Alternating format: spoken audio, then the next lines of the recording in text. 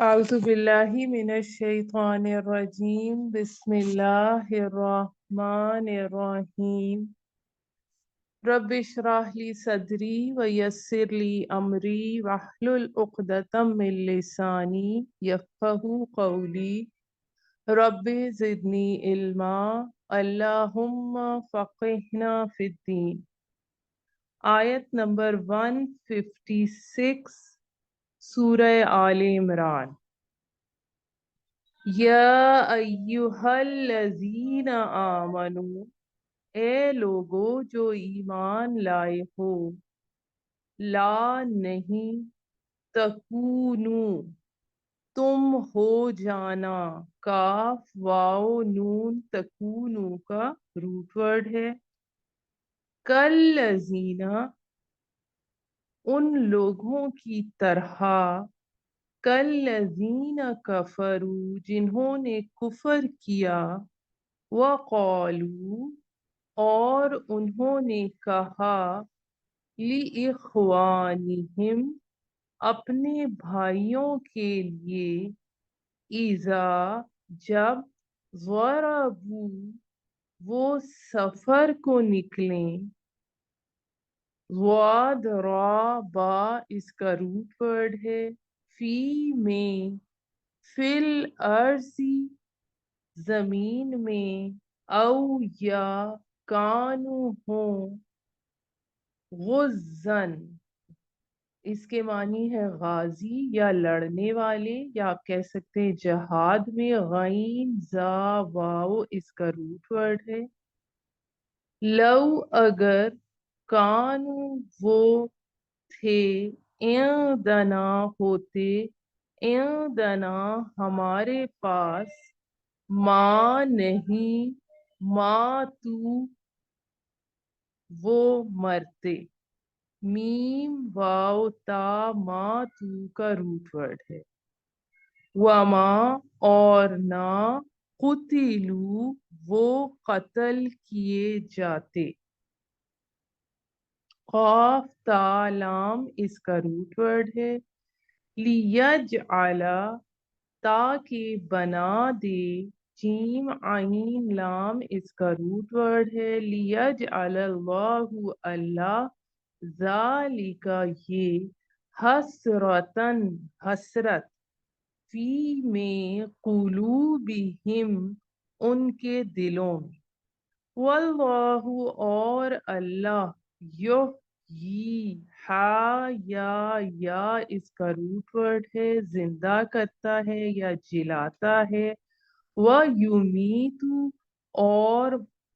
مارتا ہے، میم واو تا یمیت کا روٹ ورڈ ہے، واللہ اور اللہ، بما ساتھ اس کے جو، تعملون تم عمل کرتے ہو، بصیر مسلسل دیکھنے والا ہے، مسلسل دیکھتا ہے، وَلَئِن اور اگر، قتل تم مارے گئے، فی سبیل اللہ اللہ کی راہ میں، او یا تم مر گئے، لمغفرتن البتہ بخشش ہے، من اللہ اللہ کی طرف سے، ورحمتن اور رحمت، خیر بہتر ہے، مما